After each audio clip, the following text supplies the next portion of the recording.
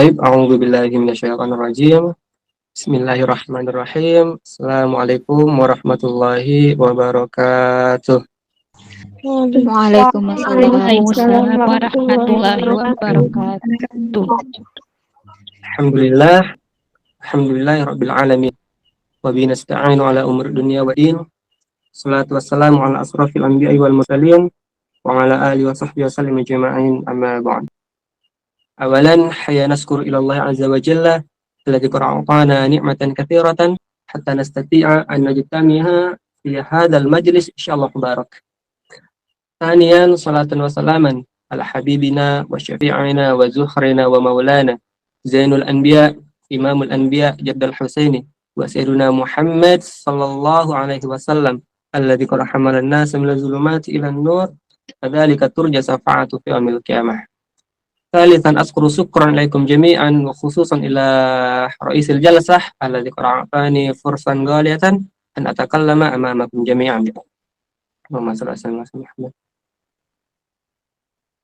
Teman-teman sekalian, malam ini insya Allah kita akan berdiskusi atau sharing-sharing santai ya tentang jodoh dan kematian. Sebenarnya saya pribadi yang membahas tentang perkara ini, apalagi tentang kematian, yang belum pernah saya alami, hanya mengikuti daripada kalam-kalam ulama dan para asatid, tidak bisa menjelaskan 100% bagaimana kematian itu. Tidak bisa menggambarkan 100% bagaimana orang-orang yang merasakan suatu kematian itu. Begitu dengan jodoh.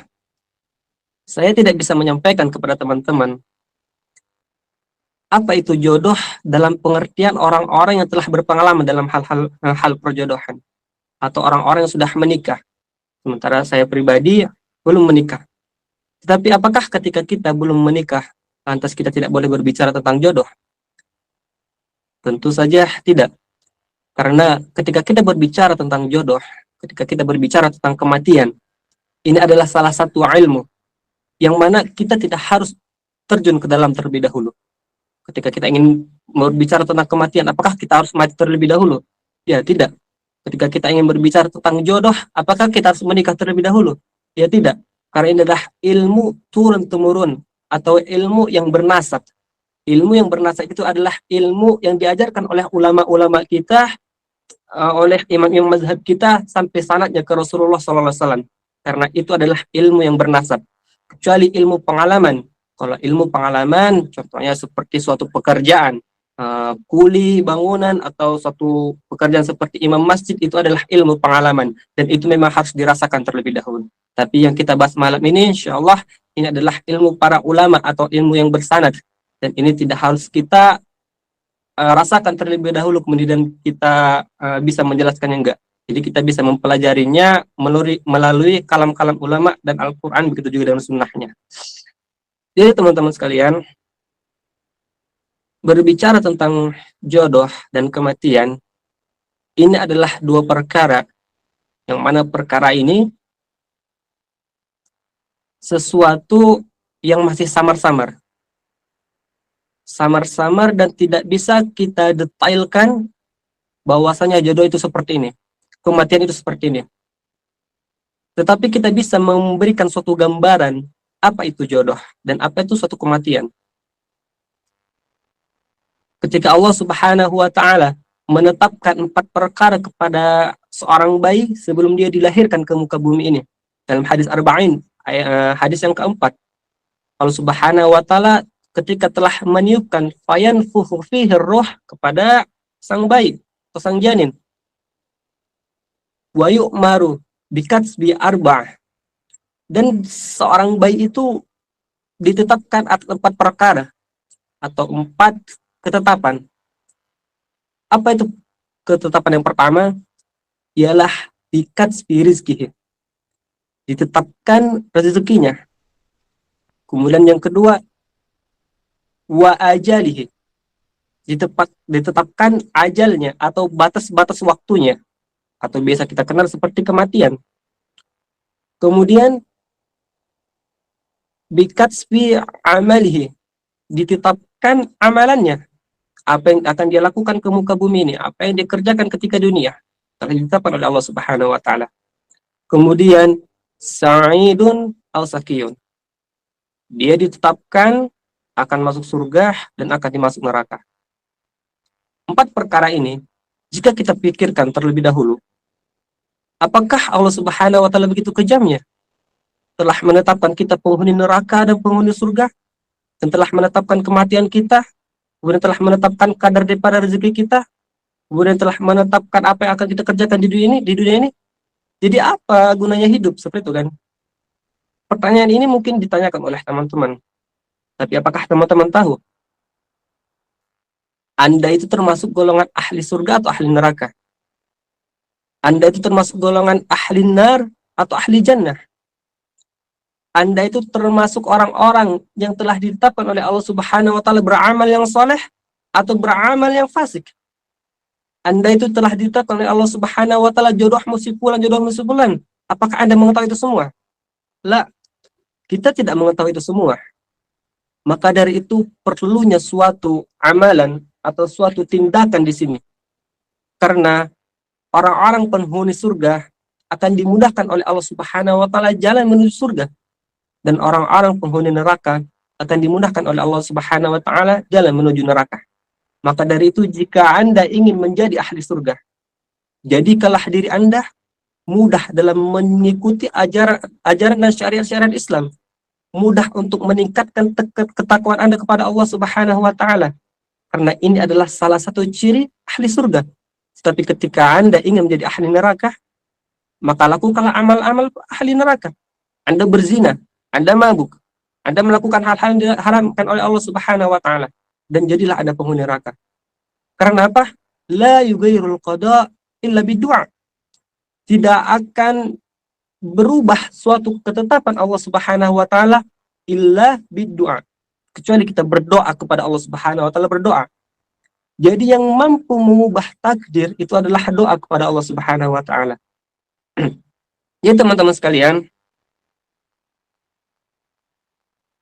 mungkin saya nggak bisa lama di sini ya, karena saya juga akan melakukan tugas sosial ke teman-teman yang lainnya di jam 9 nanti. Begitu juga dengan tugas-tugas kuliah, karena kami udah mulai dekat-dekat UAS sekarang nih, di akhir semester. Saya akan membahas atau memberikan gambaran dalam lingkup pandangan beberapa ulama aja ya, tentang takdir dan takdir jodoh dan takdir kematian ini. Apakah jodoh kita itu telah ditetapkan oleh Allah Subhanahu wa taala si fulan gitu kan? Apakah jodoh kita ini telah ditetapkan oleh Allah Subhanahu wa taala si fulan sehingga kita nggak bisa lagi mengubah itu semua? Kita nggak bisa lagi memilih siapa yang akan kita pilih. Apakah takdir jodoh seperti ini gitu kan? Maka jodoh ini masuk ke dalam golongan rezeki. Rezeki yang harus kita usahakan. Rezeki yang harus kita buat suatu ikhtiar agar kita mendapatkan sesuatu yang baik dari Allah Subhanahu wa taala. Bikatsfi rizkihi. Jodoh itu termasuk dalam rezeki. Bukan termasuk dalam takdir mubran atau takdir yang tidak dapat berubah. Ketika kita berusaha mendapatkan suatu jodoh, yang mana jodoh itu kita dambakan kesolehannya, kita dambakan rupanya yang menawan, kita dambakan akhlaknya yang mulia. Ketika kita berusaha, mungkin saja terjadi. Terbebas dari siapapun jodoh itu. Terbebas dari siapapun orang-orang yang ditetapkan oleh Allah Subhanahu wa taala untuk sebagai jodoh kita. Karena takdirnya Allah Subhanahu wa taala itu mengikuti daripada ikhtiar kita. Ketika Allah Subhanahu wa taala berfirman dalam Al-Qur'an, "Wa nafsi wa ma sawwaha, falhamaha fujuraha wa taqwaha." Demi jiwa dan penciptaannya, sungguh jiwa ini telah kami berikan 2 jalan. Jalan yang pertama adalah jalan fujur, jalan kesesatan. Kemudian jalan kedua adalah jalan takwa, bertakwa kepada Allah Subhanahu wa taala. Dan jalan ini diberikan kebebasan oleh kita untuk memilihnya. Ketika kita memilih jalan fujur, jangan kesesatan kepada Allah Subhanahu wa taala. Maka takdir-takdir yang menanti kita adalah takdir-takdir buruk, takdir-takdir yang hina, takdir-takdir yang tidak diridhoi oleh Allah Subhanahu wa taala. Tetapi ketika kita mengikuti jalan ketakwaan kepada Allah Subhanahu wa taala, maka yang kita kedapatkan adalah takdir-takdir yang baik. Takdir-takdir yang telah Allah Subhanahu wa taala khususkan untuk orang-orang yang bertakwa. Karena salah satu daripada rukun iman adalah antu'minu bil qadari khairihi wa sarrihi. Engkau beriman kepada takdir yang baik dan takdir yang buruk. Ada dua takdir yang baik dan takdir yang buruk. Apakah kita ketika mendapatkan takdir yang buruk itu adalah suatu azab atau suatu siksaan dari Allah Subhanahu wa taala? Tergantung bagaimana Anda menanggapinya. Ketika Anda diuji oleh Allah Subhanahu wa taala dengan takdir yang mungkin menurut pandangan Anda buruk, tapi menurut pandangan Allah Subhanahu wa taala sebenarnya itu baik bagi Anda, maka itu tergantung daripada tingkat husnuzon Anda kepada Allah Subhanahu wa taala. Ketika Anda berhusnuzon kepada Allah Subhanahu wa taala, ya Rabb, raditu billahi rabba wa bil islami dina wa bin nabi wa rasulah. Ya Rabb, aku bersaksi, aku ridho bahwasanya Engkau adalah Tuhanku dan Islam adalah agamaku dan Muhammad sallallahu alaihi wasallam adalah Rasulku. Ketika kita ridho akan itu semua, kemudian kita diberikan suatu takdir oleh Allah Subhanahu wa taala menurut kacamata kita buruk, maka Allah Subhanahu wa taala berfirman dalam surah Al-Baqarah, "Asa an takrahu syai'a wa huwa khairul lakum, wa asa an tuhibbu syai'a wa huwa syarrul lakum." Bisa jadi sesuatu yang engkau benci, sesuatu yang menggaruk di hatimu itu sebenarnya baik bagimu. Dan bisa jadi sesuatu yang menurutmu itu adalah baik, sesuatu yang menurutmu adalah engkau cintai, sebenarnya itu adalah buruk bagimu. Maka dari teman-teman, jika Anda mungkin pernah menyambung suatu ikatan percintaan dengan seorang ikhwan yang mungkin ini adalah sesuatu yang memang dilarang oleh Allah Subhanahu wa taala. Anda menambat hati Anda kepada seorang ikhwan. Bahasa zaman sekarang ini pacaran lah. Anda pacaran dengan seorang ikhwan atau Anda pacaran dengan seorang akhwat. Kemudian Anda berpacaran selama 1 tahun, 2 tahun, 3 tahun, kemudian berpisah. Maka akan terjadi gejolak di dalam hati Anda seperti galau atau suatu gejolak rindu yang mungkin orang-orang tertentu bisa bahkan bunuh diri. Orang-orang tertentu jika dia tidak mampu menahan daripada gejolak itu, bahkan dia bisa mati. Karena dia putus asa, karena dia telah menaruh rasa cinta yang sangat mendalam kepada pasangannya, cinta yang sangat mendalam kepada orang yang dicintainya. Andai kata teman-teman sekalian, kita menetapkan atau mengarahkan cinta ini, cinta yang sangat besar seperti itu, cinta yang membuat Anda galau jika ditinggal olehnya, kita arahkan cinta ini kepada Allah Subhanahu wa taala dan kepada Rasulnya. Maka seperti apa imbalan atau seperti apa fadilah yang Allah Subhanahu wa taala akan berikan kepada kita? Pernahkah Anda mencintai Allah Subhanahu wa taala dan Rasulnya seperti cinta Anda kepada pasangan Anda? Seperti cinta Anda kepada pacar Anda misalkan, bagi yang mungkin pernah pacaran. Andai kata Anda bisa menempatkan cinta yang sebesar itu kepada Allah dan Rasulnya, maka demi Allah saya katakan, almar'u ma'aman ahabba. Manusia kelak akan bersama siapa yang ia cintai. Manusia kelak akan dikumpulkan oleh Allah Subhanahu wa taala kepada siapa yang dia cintai. Anda misalnya mencintai artis-artis Korea sekarang. Anda misalnya mencintai K-pop sekarang gitu kan. Ketika Anda dikumpulkan oleh Allah Subhanahu wa taala kelak di akhirat bersama mereka, maka Anda tahu di mana tempat mereka. Di mana tempat orang-orang kafir? Di mana tempat orang-orang munafik? Yang pasti di neraka jahanam. Dan Anda jika mencintai mereka, Anda akan digabungkan, Anda akan disatukan oleh Allah Subhanahu wa taala kelak di akhirat bersama mereka. Maka berpikirlah sebelum Anda menempatkan cinta Anda kepada seseorang. Berpikirlah sebelum Anda mengutarakan cinta Anda kepada seseorang.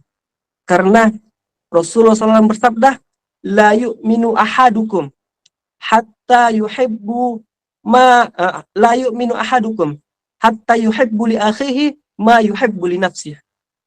Tidaklah beriman seseorang di antara kalian, tidaklah dianggap beriman seseorang di antara kalian sampai dia mencintai saudaranya sebagaimana dia mencintai dirinya. Saudara seperti apa yang kita cintai ini? Tentu saudara semuslim. Tentu saudara seiman. Tentu saudara dalam ajaran agama Islam. Maka ketika kita mengutarakan cinta kita kepada orang-orang yang beriman, ya fulan ana uhibbuka fillah. Karena ada suatu kisah di zaman Rasulullah SAW, ada seseorang yang dia taat beribadah, dia taat kepada Allah Subhanahu wa taala, bahkan betah di dalam masjid.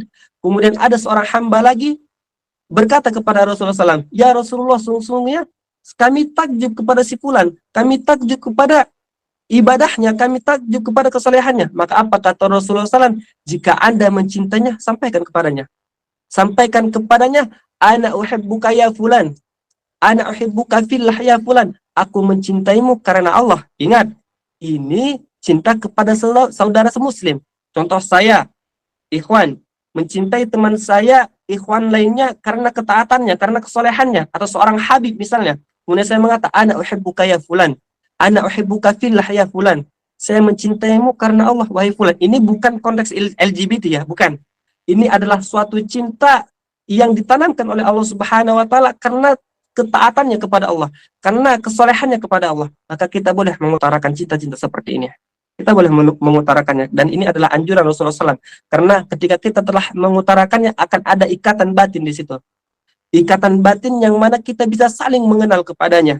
Dan kelak, ketika kita berpisah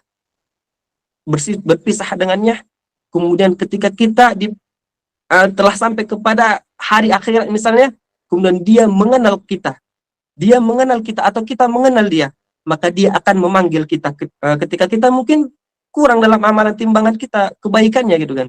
Maka inilah cinta ukhuwah Islamiyah. Inilah cinta yang sebenarnya. Inilah jodoh yang hakiki. Bukan Anda mengatakan I love you. Ya akhi, I love you. Misalkan. Ya ukhti, I love you. Wah, itu bullshit semuanya. Karena apa? Ketika Anda mengutarakan cinta Anda kepada lawan jenis Anda yang bukan mahram, Anda ketahui itu apa? Itu bukanlah cinta, teman-teman. Itu bukanlah cinta. Tapi itulah wasyawisu syaitan. Itu adalah bisikan-bisikan syaitan. Alladzi waswisu fi sudurin nas minal jinnati wan nas.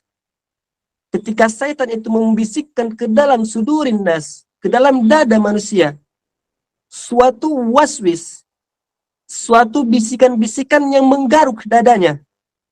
Dan ketika ini terjadi kepada teman-teman sekalian, maka teman-teman harus bisa membedakannya. Mana cinta, mana bisikan-bisikan setan. Ketika cinta datang, ketika cinta datang, waktu Anda menuntut ilmu misalkan, maka itu bukanlah cinta. Itu bukanlah cinta dari Allah Subhanahu wa taala, itu bukanlah anugerah dari Allah Subhanahu wa taala, melainkan itu adalah ujian bagi Anda. Ketika Anda terpengaruh oleh bisikan-bisikan itu, maka Anda gagal. Tapi ketika Anda berusaha menahan rasa cinta itu, menahan rasa gejolak yang sangat besar itu, karena cinta itu sesuatu api yang sangat membara, bahkan bisa membuat seseorang mati. Karena apa? Ada kalam ulama mengatakan bahwasanya mana asiqah, barang siapa yang jatuh cinta, fakatama, dia menahan daripada cintanya, tidak chattingan, tidak mengungkapkannya, tidak bertemu dengannya, karena belum halal. Dia menahan daripada gejolak cinta ini, famata, sampai dia mati. Mata syahida. Maka dia mati dalam keadaan syahid. Maka teman-teman sekalian, bagi Anda yang sedang jatuh cinta kepada makhluk, bagi Anda yang sedang jatuh cinta kepada orang-orang tertentu yang membuat Anda galau, maka tahanlah rasa cinta Anda. Tahanlah. Karena itu adalah sebuah ujian bagi Anda, yang mana ketika Anda tidak lulus dengan ujian itu, Anda akan terjerumus kepada hal-hal keharaman. Jangan lampiaskan cinta Anda kepada hal-hal yang haram. Karena cinta itu adalah sesuatu yang murni, sesuatu yang indah. Allah Subhanahu wa taala tidak akan menempatkan suatu cinta ke dalam hati orang-orang beriman kecuali cinta itu membawanya kepada Allah Subhanahu wa taala. Maka cintailah orang-orang yang mencintai Allah Subhanahu wa taala. Jangan pernah Anda mencintai orang-orang yang membuat suatu kemungkaran. Jangan Anda pernah mencintai orang-orang kafir. Jangan Anda mencintai orang-orang yang mana mereka melakukan suatu amal atau suatu kegiatan-kegiatan yang menjauhkan Anda dari Allah Subhanahu wa taala. Jangan pernah mencintai orang-orang seperti ini. Dan bijaklah dalam menaruh rasa cinta Anda kepada seseorang. Karena cinta ini akan membawa Anda kepada hal-hal yaumul akhir nanti. Anda dikumpulkan dengan siapa? Anda digabungkan dengan siapa? Anda akan dikumpulkan dengan orang-orang yang Anda cintai nanti. Dan ketika Anda mencintai orang-orang yang mungkin dimurkai oleh Allah Subhanahu wa taala, maka demi Allah Anda akan dikumpulkan bersama mereka juga. Kenapa? Karena Anda mencintai mereka. Rasulullah SAW bersabda dalam sebuah hadisnya, tidaklah beriman seseorang di antara kalian sampai dia mencintai diriku lebih cinta daripada dirinya sendiri, daripada keluarganya, daripada ayahnya, daripada ibunya. Cinta kita ini adalah cinta yang sangat mahal, yang mana ketika kita merendahkan zat harga diri daripada cinta kita, maka itu akan membawa kita kepada sesuatu yang buruk pula. Maka sandingkanlah cinta kita ini, sandingkanlah kagum kita ini kepada Rasulullah SAW, yang mana Rasulullah SAW adalah manusia yang paling dicintai oleh Allah Subhanahu wa taala. Bagaimana cara kita mencintai Rasulullah gitu kan? Bagaimana cara kita meraih atau menggapai sampai ke tingkat mahabbah kepada Rasulullah SAW? Maka kita harus ma'rifatur Rasul. Kita harus mengkaji atau mengenal siapa Muhammad SAW. Teman-teman, bukankah ketika Anda jatuh cinta kepada seseorang, Anda menanyakan siapa namanya? Anda menanyakan siapa orang tuanya? Anda menanyakan apa yang dia sukai? Anda menanyakan apa yang dia tidak sukai? Anda menanyakan sesuatu yang bahkan hal-hal perkara-perkara yang kecil Anda tanyakan semuanya. Apakah Anda sudah begitu kepada Rasulullah? Apakah Anda sudah sampai ke taraf itu kepada Rasulullah? Apakah Anda telah menghafal nasab-nasab Rasulullah bahkan sampai ke Nabi, sampai ke Nabi Ibrahim? Atau memang ada ikhtilaf ulama sampai ke Nabi Adam? Tapi orang yang benar-benar jatuh cinta, dia akan menghafal sampai nasab ke Nabi Adam. Tanpa itu benar atau tidaknya, karena cintanya kepada Rasulullah SAW, dia menghafal semua nasab itu. Apakah Anda setelah sampai ke taraf itu? Apakah Anda telah mengenal cara tata sholat Rasulullah SAW? Apakah Anda telah mengenal bagaimana Rasulullah SAW makan? Apakah Anda telah mengenal bagaimana Rasulullah SAW berjalan? Bahkan hal-hal yang kecil, apakah Anda telah mengetahui apa yang dilakukan Rasulullah SAW ketika sebelum tidur? Teman-teman sekalian, banyak hal-hal yang melalaikan kita sebenarnya. Karena makhluk, karena manusia. Manusia mengatakan seperti ini, seperti ini, seperti ini. Kemudian kita lalai akan perkataannya. Kemudian kita terbawa akan perkataannya dan melupakan perkataan-perkataan daripada Rasulullah SAW. Melupakan kebiasaan-kebiasaan daripada Rasulullah SAW. Ketika kita lalai, disitulah Allah Subhanahu wa taala memberikan kesenangan terhadap apa yang kita lalaikan. Maka berhati-hatilah dalam bergaul. Karena pergaulan ini termasuk salah satu faktor yang paling besar Anda itu akan seperti apa kelak. Jika Anda bergaul dengan orang-orang yang mungkin melalaikan Allah Subhanahu wa taala, maka ke depannya Anda tidak akan jauh-jauh daripada mereka juga gitu kan. Tapi ketika Anda bergaul dengan orang-orang saleh, orang-orang bertakwa kepada Allah Subhanahu wa taala, orang-orang yang alim berilmu, seperti masuk ke dalam suatu majelis, masuk ke dalam suatu komunitas yang mana komunitas ini mengkaji tentang ayat-ayat Allah Subhanahu wa taala, maka insyaallah Anda juga akan terbawa kepada Allah Subhanahu wa taala. Ada sesuatu yang bahkan kita sibukkan, teman-teman. Sibuk memikirkannya sampai kita melupakan sesuatu yang telah ditetapkan oleh Allah Subhanahu wa taala yang sudah pasti mendatangi kita. Kita sibuk memikirkan jodoh kita. Bahkan kita terlena dengan itu semua. Siapa jodohku ya Allah? Mengapa sampai sekarang jodohku belum dipertemukan denganku? Siapa nama jodohku? Berapa umurnya? Bla bla bla bla, sampai Anda terlena dengan pertanyaan itu semua. dan ketahuilah Anda telah divonis mati oleh Allah Subhanahu wa taala. Innaka mayit wa innahum mayitun. Sesungguhnya kita ini mayit. Kita ini telah divonis mati oleh Allah Subhanahu wa taala. Kita telah divonis, wahai fulan, Anda mati jam sekian, tanggal sekian, hari sekian. Anda telah divonis. Kita semua telah divonis, teman-teman. Kita tinggal menunggu panggilan kita. Kita tinggal menunggu kapan nama kita dipanggil oleh Allah Subhanahu wa taala. Dan kita malah menyibukkan diri kita terhadap sesuatu yang belum pasti. Terhadap sesuatu yang belum Allah Subhanahu wa taala tentu berikan kepada Anda. Maka seorang ulama pernah berkata, "Arih nafsaka minat tadbir." Istirahatkanlah dirimu dari sesuatu yang bukan urusanmu.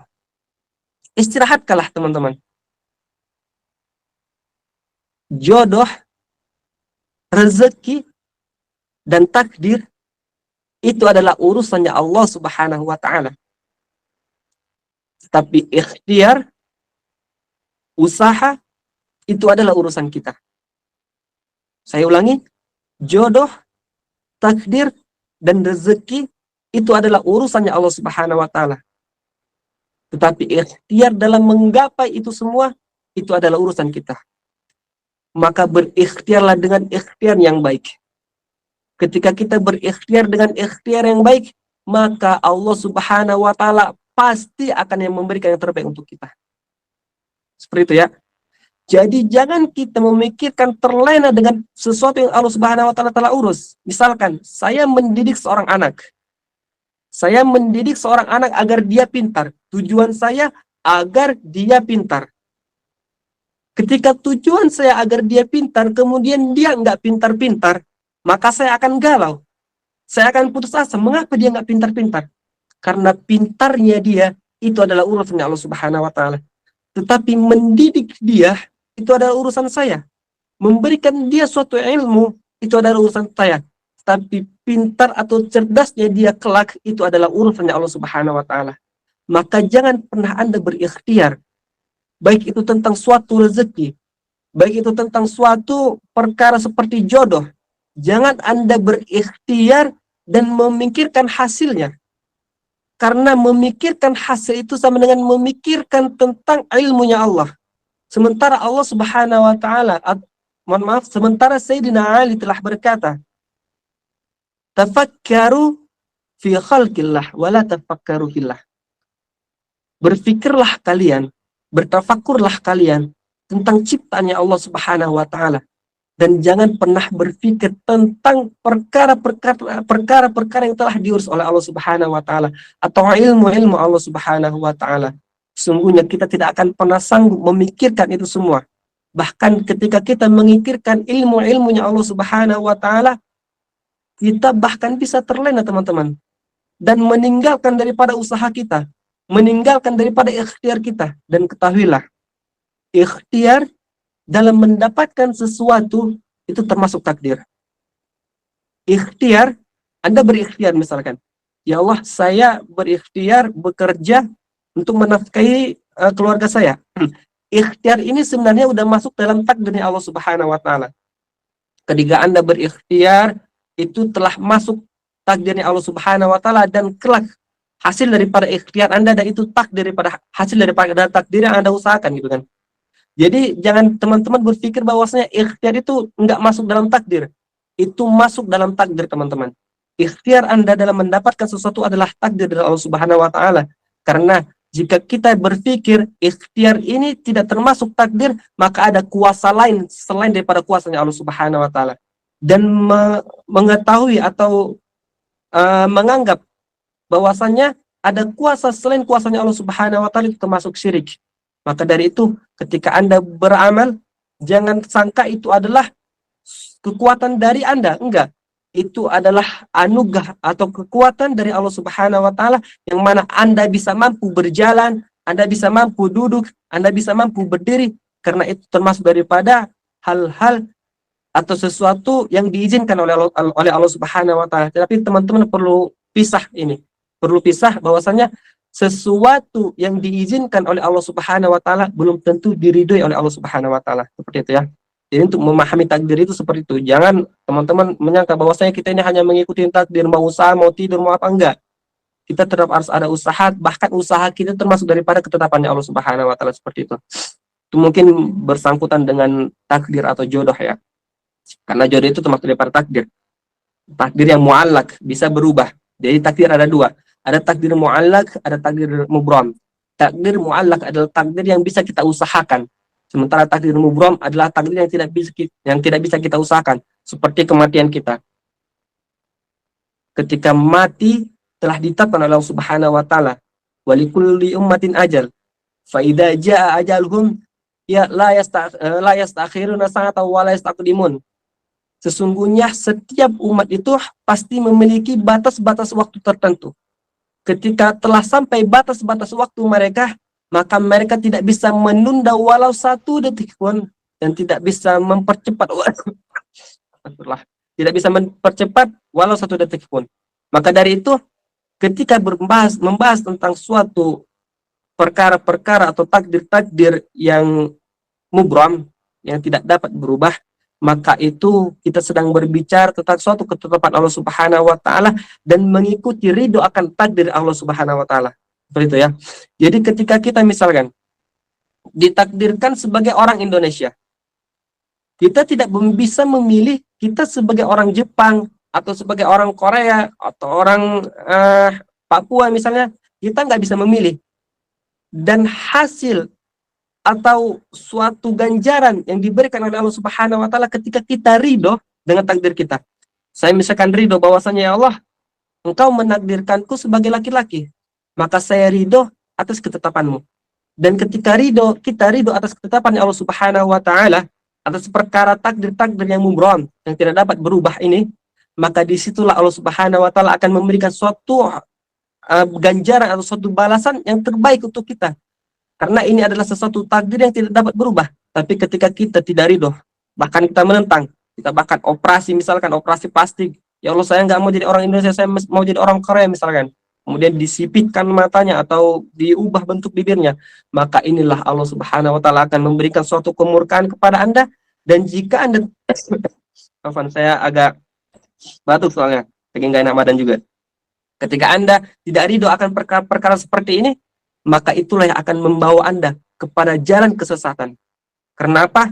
Takdir Anda kelak itu tergantung kepada diri Anda. Jika diri Anda ridho akan ketetapan ini, maka ketahuilah, di depan sana akan ada sesuatu yang baik yang menanti Anda. Tapi ketika Anda tidak ridho dengan perkara-perkara mubram ini, maka ketahuilah, di depan sana akan ada sesuatu yang buruk akan menanti Anda. Maka dari itu, berhusnuzanlah kepada Allah Subhanahu wa taala. Ketika kita berhusnuzan kepada Allah Subhanahu wa taala, maka insya Allah Allah Subhanahu wa taala pasti akan memberikan yang terbaik untuk kita. Mungkin itu dulu pembukaan atau mukadimah dari saya. Mohon maaf jika ada perkataan-perkataan yang mungkin sulit untuk dipahamin atau sulit untuk dimengerti, maka itu perkataan dari saya. Tapi ketika ada perkataan-perkataan yang mudah dipahami masuk ke dalam hati teman-teman, demi Allah, itu adalah karunia dari Allah Subhanahu wa taala dan itu berasal dari Allah Subhanahu wa taala. Mungkin ini mukadimahnya saja ya, akan kita sambung kembali di sesi tanya jawab atau sharing-sharing sessionnya. Maka dari itu saya kembalikan kepada moderator kita kembali. Subhanakallahumma jazakallahu khair. Wassalamualaikum warahmatullahi wabarakatuh. Waalaikumsalam. Waalaikumsalam warahmatullahi wabarakatuh. Waalaikumsalam warahmatullahi wabarakatuh. Waalaikumsalam warahmatullahi wabarakatuh. Masya Allah, tabarakallah, itu tadi penyampaian dari Ustadz Al-Ghifari Al-Midani. Iya, ini. Baik. Halo. Tanya jawab anak berkenan teman-teman. Alhamdulillah. Pun Mbak, pamit Mbak. Assalamualaikum.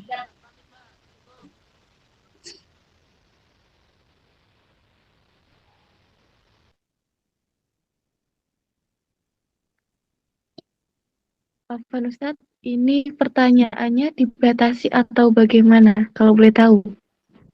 Iya, kalau bisa dibatasinya karena jam 9 saya udah mulai kerja kelompok sama teman-teman saya, jadi cukup mungkin 2 terlebih dahulu, kalau nanti masih ada waktu jadi 3.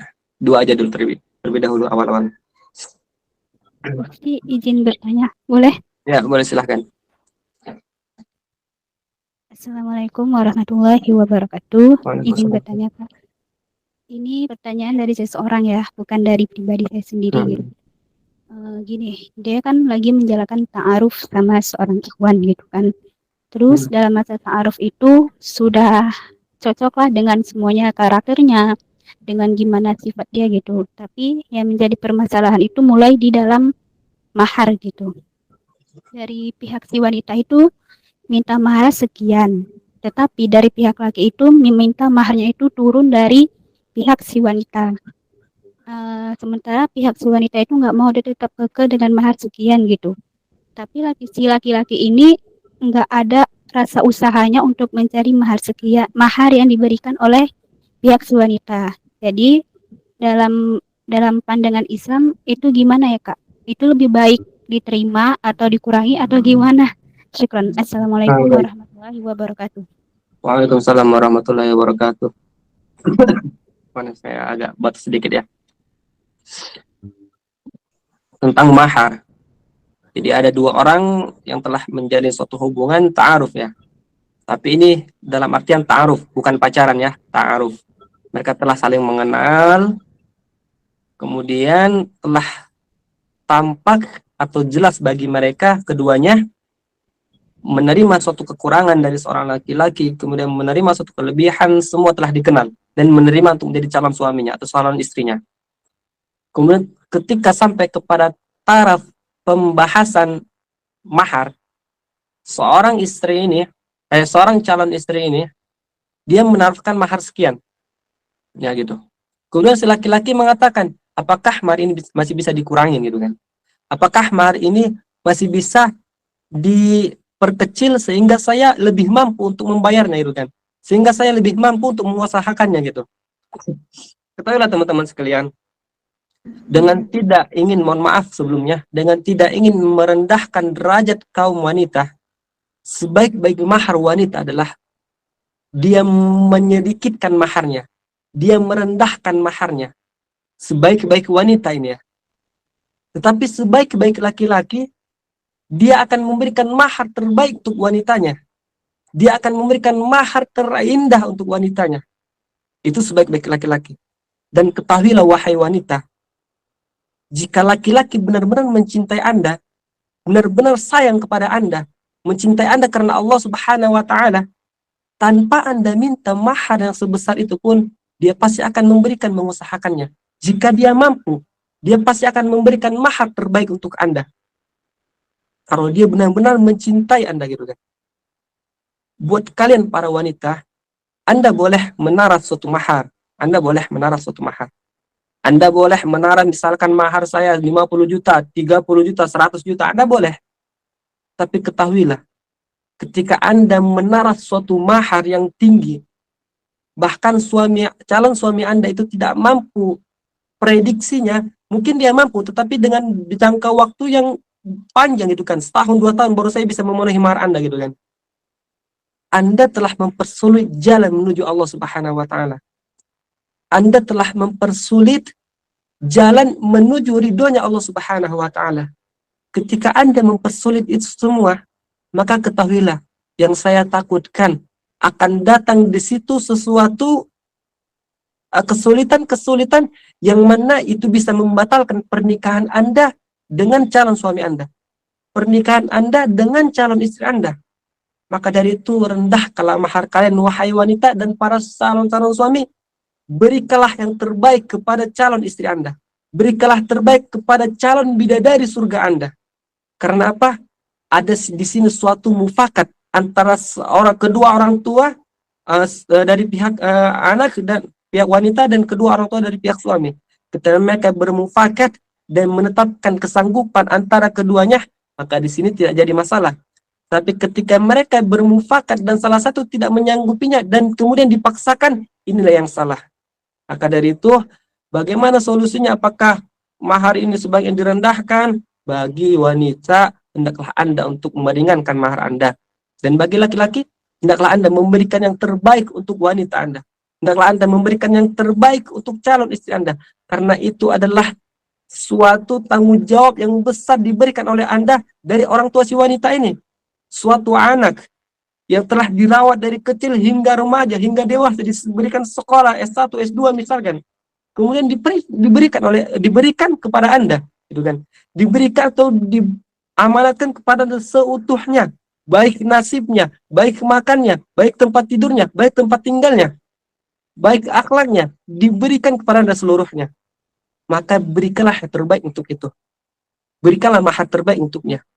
Karena apa? Jika Anda memberikan mahar sesuatu yang mungkin bisa merendahkan menurut pandangan keluarganya, gitu kan, maka ditakutkan Anda juga akan mendapatkan sesuatu dampak-dampak yang negatif, baik itu dari keluarga si A dan keluarga si B. Maka dari itu yang terbaik itu Anda berusaha semaksimal mungkin memberikan yang terbaik untuk calon suami, dan seorang wanita atau calon istri ini berusaha untuk merendahkan maharnya demi Allah dengan tidak ingin merendahkan derajat seorang wanita. Seperti itu ya.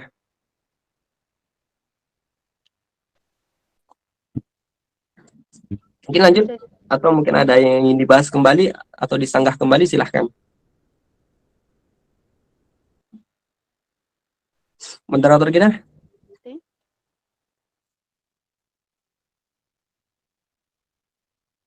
Baik Ustadz, kita ke sesi selanjutnya dari pertanyaan yang kedua atau terakhir dari Ukti Nurainun Munte.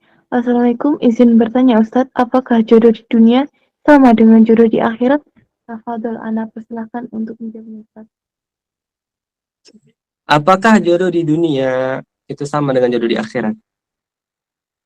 Ketika kita berjodoh, misalkan seorang laki-laki menikahi 2 orang wanita di dunia, gitu kan, menikahi 4 misalkan, apakah kelak bidadari di akhirat itu akan 4? Nah, seperti ini. Al-mar'u ma'aman ahabba. Manusia itu akan bersama yang dia cintai. Ketika Anda mencintai karena Allah jodoh Anda yang di dunia, maka kelak Anda juga akan dipertemukan di akhirat. Betapa mudah bagi Allah Subhanahu wa taala menciptakan 2 orang insan yang sama, gitu kan. Ketika Anda menginginkan si fulan, gitu kan, ini ya Allah, aku berharap kami disatukan di dunia, berharap disatukan di akhirat. Kemudian ada istri yang lain, misalkan istri kedua berharap, ya Allah, saya ingin bersama dengannya ketika di dunia dan ketika di akhirat, hanya berdua. Betapa susah bagi Allah menciptakan 2 orang si fulan itu kan. Karena ketika di surga itu, sebelum kita meminta kepada Allah Subhanahu wa taala, hanya terbayang saja di pikiran kita, sudah langsung diwujudkan oleh Allah Subhanahu wa taala. Maka tergantung diri Anda. Jika Anda ingin bertemu di akhirat, maka cintailah jodoh Anda di dunia dan berharaplah kepada Allah Subhanahu wa taala agar kalian dipertemukan kelak di akhirat. Tapi ketika Anda tidak mencintai jodoh Anda di dunia, Anda membencinya, Anda bahkan ingin pisah darinya, maka katakanlah teman-teman, ketika Anda telah berjodoh dengannya, telah menikah, gitu kan, kemudian Anda bercerai dengannya di dunia, setan tertawa melihat itu. Setan gembira melihat itu. Karena suatu prestasi yang paling dibangga-banggakan oleh setan adalah ketika dia berhasil memisahkan 2 orang suami istri, kemudian mereka bercerai. Ini adalah suatu prestasi yang paling tinggi diraih oleh golongan setan. Maka dari itu, apakah Anda ingin termasuk dalam orang-orang yang diberhasili oleh setan, gitu kan? Termasuk orang-orang yang berhasil digoda oleh setan. Maka dari itu, ketika Anda menikahlah terhadap orang-orang yang paham agama. Jangan menikah dengan orang-orang yang Anda cintai terlebih dahulu. Ketika Anda mencintai terlebih dahulu, kemudian Anda menikahinya, maka hubbuka syai' yu'mi wa yusimmu. Cintamu kepada sesuatu menjadikanmu buta dan tuli. Buta tentang keburukannya, walaupun gak paham agama, pokoknya aku cinta sama dia. Walaupun gak paham agama, yang penting aku jatuh cinta kepadanya. Walaupun akhlaknya buruk, yang penting aku jatuh cinta kepadanya. Jangan nikah dengan orang yang Anda cintai. Karena ketika Anda nikah dengan orang yang cintai, akan buta dan tuli. Aku nggak penting walaupun dia seorang pezina, walaupun dia seorang pemabuk, yang penting aku cinta sama dia, udah cinta mati sama dia. Lah ya ikhwan, jangan pernah seperti itu. Karena Rasulullah SAW telah bersabda, tunkahul mar'ah lil arba'. Nikahilah wanita itu karena 4 perkara. Pertama, limaliha karena hartanya, lijamaliha karena kecantikannya, linasabiha karena nasabnya, lidiniha kemudian karena agamanya. Fadfar bidzati din taribat yadak. Kemudian pilihlah agamanya, maka engkau akan selamat dunia akhirat. Taribat yadak. Maka dari itu agamanya. Maka Imam Malik itu berbeda dalam memilih seorang jodoh itu. Yang pertama, lihat wajahnya dulu, lihat wajahnya. Wajahnya ganteng misalkan. Kemudian Anda cek akhlak dan agamanya. Agamanya buruk, maka tolak dia karena agamanya buruk. Kemudian ketika Anda melihat wajahnya terlebih dahulu, kemudian melihat agamanya baik, maka terimalah dia karena agamanya. Dan ini tidak salah, dan ini sesuai dengan anjuran Rasulullah SAW. Maka dari itu, tetaplah pilih seseorang walaupun dia misalkan dalam rupanya, mohon maaf, memiliki sesuatu kekurangan yang menurut pandangan Anda. Tapi ketahuilah, laqad khalaqnal insana fi ahsani taqwim. Sungguh Allah Subhanahu wa taala telah menciptakan manusia itu dengan sebaik-baiknya rupa. Maka jangan pernah Anda menghina rupa seseorang. Jika Anda menghina rupa seseorang sama dengan Anda merendahkan daripada ciptanya Allah Subhanahu wa taala. Mungkin seperti itu jawabannya. Bisa dipahami ya, Uti? Alhamdulillah, sesi selanjutnya telah selesai. Baik, sesi selanjutnya adalah kata-kata motivasi kepada yang kami hormati Ustadz Al-Ghifari. Tafadhol, Ana persilahkan. Kata-kata motivasi dari saya singkat saja, seperti telah dicantumkan dalam pamfletnya. Ais kariman au mutsahidan. Wahai para pemuda, termasuk diri saya. Ais kariman au mutsahidan. Hiduplah Anda mulia. Jika Anda tidak ingin hidup mulia, maka mati syahidlah. Pilihannya hanya 2, hidup atau mati. Jika Anda ingin hidup, maka hiduplah dengan cara yang mulia. Jangan mengikuti tingkah laku setan. Jangan mengikuti tingkah laku binatang. Yang mana mereka berzina sana sini, melakukan hubungan seks sana sini. Jangan mengikuti tingkah laku seperti itu. Karena Rasulullah SAW menganjurkan kita untuk ais kariman. Hiduplah Anda dengan hidup yang mulia. Hidupnya seorang hamba yang bertakwa kepada Allah Subhanahu wa taala. Jika Anda tidak bisa hidup, kemudian Anda mati, maka matilah Anda dalam keadaan syahid. Syahid menahan gejolak yang mana ketika setan menggoda Anda untuk melakukan suatu kemaksiatan, katakanlah inni akhafullah. Wahai godaan, wahai nafas, inni akhafullah. Aku takut kepada Allah. Maka ketika Anda menahan itu, kemudian Anda mati, maka Anda mati dalam keadaan syahid. Maka dari itu teman-teman sekalian, saya ulangi sekali lagi. Ais kariman au mutsahidan. Hiduplah Anda mulia. Atau jika Anda mati, maka matilah dalam keadaan syahid. Bagaimana mati dalam keadaan syahid? Ya, termasuk dalam menuntut ilmu misalkan. Melakukan hal-hal yang mulia. Melakukan hal-hal yang bermanfaat. Karena khairukum anfa'uhum linnas. Sebaik dari kalian adalah yang bermanfaat bagi manusia gitu kan.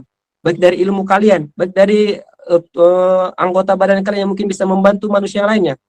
Hiduplah dengan cara yang mulia seperti itu. Hiduplah dengan cara yang mulia seperti dianjurkan oleh Rasulullah SAW. Jika Anda mati, insya Allah Anda akan mati dalam keadaan syahid. Itu sedikit motivasi dari saya. Jazakallahu khair. Kurang lebihnya saya mohon maaf pada Allah Subhanahu wa taala. Saya mohon ampun karena di jam 9 ini saya juga akan melakukan suatu tugas kuliah. Jadi udah mulai UAS juga saya ini, karena mohon maaf mungkin ketika saya menyampaikan suatu materi saya ada sela-sela batuk atau bersin, karena itu suatu qadarullah, saya lagi nggak enak badan juga kan. Jadi saya mohon maaf pada teman-teman sekalian tentang kekurangan-kekurangan yang saya sampaikan materi untuk malam hari ini. Jazakallahu khair. Assalamualaikum warahmatullahi wabarakatuh. Barakallahu fikum ya akhi ya ikhwani. Waalaikumsalam Waalaikumsalam warahmatullahi wabarakatuh. Waalaikumsalam warahmatullahi wabarakatuh. Mubarak. Warahmatullahi wabarakatuh. motivasinya yang Ustadz Waalaikumsalam warahmatullahi wabarakatuh. Jazakumullahu khairan katsiran. Midan, kami persilahkan. Pakai bertanya kepada guru kita.